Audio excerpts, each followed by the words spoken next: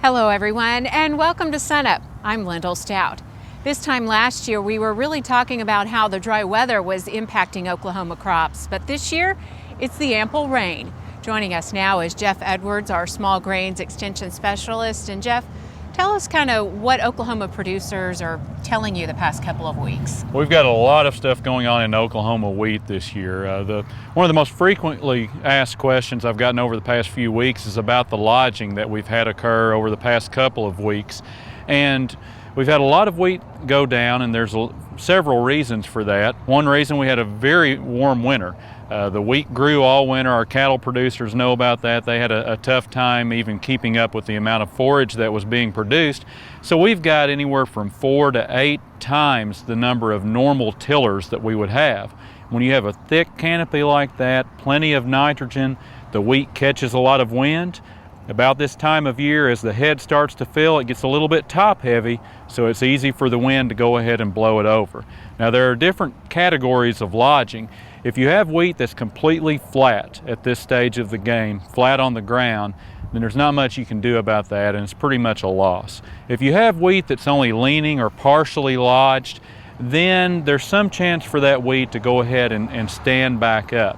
One question I've had about lodged wheat is, should we apply a fungicide to lodged wheat? And we still have a little bit of an application window for fungicides in much of Oklahoma, and I would not apply a fungicide to lodged wheat just because it's lodged. It's true you're going to have a moist environment, and you could have a lot of disease develop in that environment, but the light penetration into the canopy and the lodging is what's going to limit the yield potential of that wheat, not the diseases.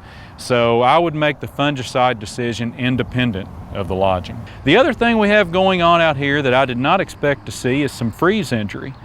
On the very tips of some of this wheat, we see some whiteness in the head, and the top of the head is blanked out, and that was due to freeze injury. We've been really warm. You wouldn't expect to see freeze injury in a year like this, but we saw some back in early March, and we got just cold enough whenever this wheat head was just emerging to be able to induce some freeze injury on it.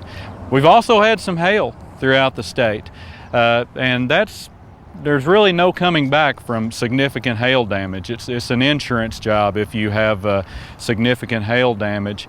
Hopefully that wasn't too widespread, but I know around the Woodward area we had a lot of hail a couple of days ago, and significant damage. And it's disheartening kind of, but when you're dealing with 4-inch or golf ball size hail in Woodward County and out that way, not much you can do about it. We haven't been able to breed in hail resistance yet. We're working on that, but so far we haven't been able to do it. Okay, well, speaking of genetics, you've got some things that you're seeing in the duster variety? We are. We've seen some what we call leaf tip necrosis in duster. There's a gene for leaf rust called LR34, and varieties that have this particular gene, such as duster and 2174, can have the end of the flag leaf basically dies back maybe 1/3, 1/4 of the way down the flag leaf. It's genetic. There's nothing that fungicides or anything like that will do for it. It's just something that goes along with that resistance gene. But you have to be careful, and you have to know your varieties, because barley yellow dwarf can look very, very similar to this type of injury, especially barley yellow dwarf like we see showing up this year. We had a flush of aphids about a month ago, so they came in late in the season, and they brought along barley yellow dwarf. We have a lot of flag leaves starting to turn yellow. We don't have much stunting like we normally would with barley yellow dwarf. And this can look very similar to the leaf tip necrosis that we see on duster and 2174. So to be able to distinguish the two, you really have to know the genetics of your variety, and you need to look for purpling out there. Generally with barley yellow dwarf, you'll see some purple flag leaves.